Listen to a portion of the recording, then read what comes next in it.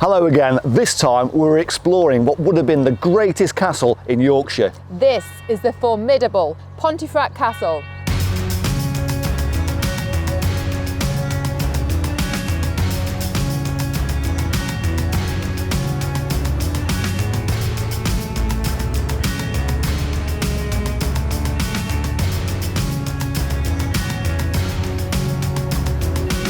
Originally a wooden keep, Pontefract or Pomfret Castle was built on land given to Ilbert de Lacy by William the Conqueror and is referred to in the Domesday Book as Ilbert's Castle.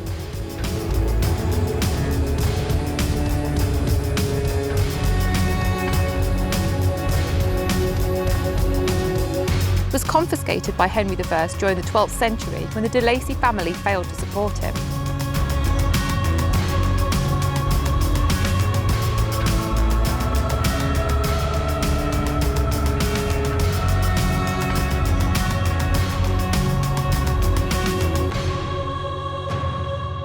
This is the entrance to Pontefract Castle.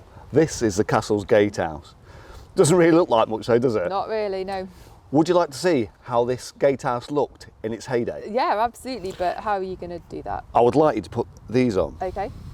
And then put them on, turn around, and then look at that masonry structure there. Okay. Wow. Wow. This is incredible. How amazing. Absolutely.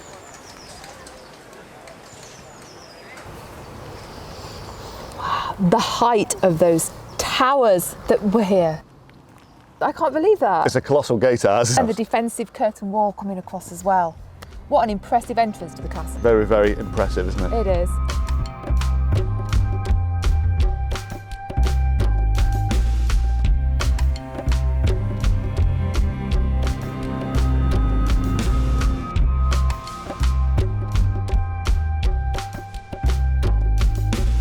In 1311, the castle passed by marriage to Thomas, the Earl of Lancaster, who was one of Edward II's cousins. And like many of the nobles at the time, Thomas despised Edward's favourite, Piers Gaveston. So when Thomas was defeated at the rebellious Battle of Boroughbridge, Bridge, Edward had him beheaded outside these castle walls as punishment for his involvement with Gaveston's death.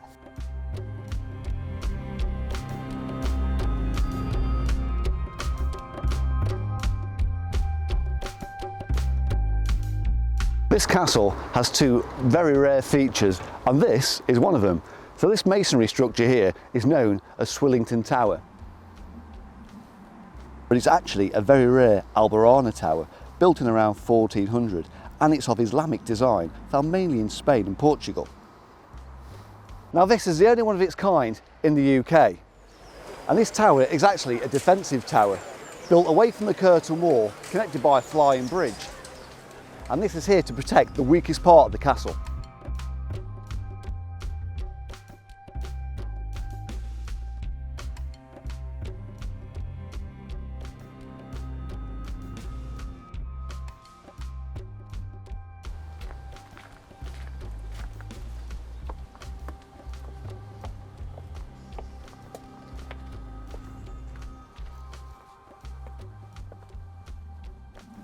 When John of Gaunt died in 1399, Richard II cancelled the legal documents that would have allowed Gaunt's son, Henry Bolingbroke, to inherit his father's lands. Now, Bolingbroke had been exiled to France about a year or so before this, but on hearing the news, he quickly returned to England, and he began a military campaign to confiscate his lands from anyone who opposed him.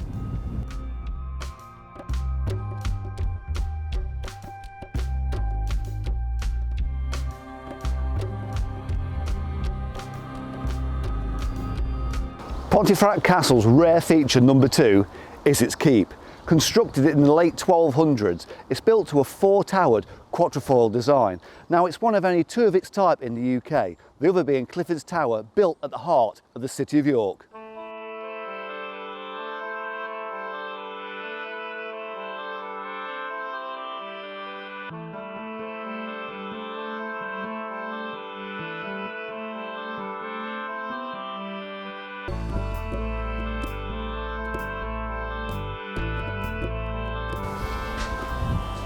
Henry quickly gained so much support that he had himself declared king and had Richard II imprisoned firstly at the Tower of London and then here to the dungeons of Pontefract Castle.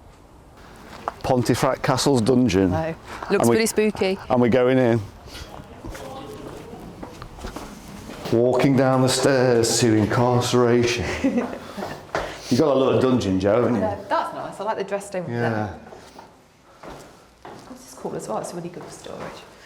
It's a fantastic underground lair, isn't it? I just thought I saw a skull over there, but it's just a white bit of stone. Imagine being shut up and locked up down this way. The various things conflate with each other, and this is one of the things that is with the castle, because that's just a natural fissure in the rock, but it looks like anything, like something out of Indiana Jones, where it's just going to roll away in a tunnel. Yeah, but have you explored? Do you know it's not a tunnel? It's not a tunnel. The newly crowned Henry IV had agreed to let Richard live, but that soon changed when Henry got wind of a plan to kill him and restore Richard back to the throne.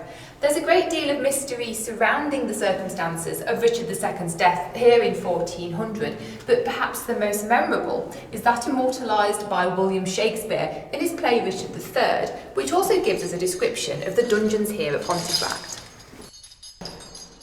Oh, thou bloody prison, fatal and ominous to noble peers, within the guilty closure of thy walls, Richard II here was hacked to death.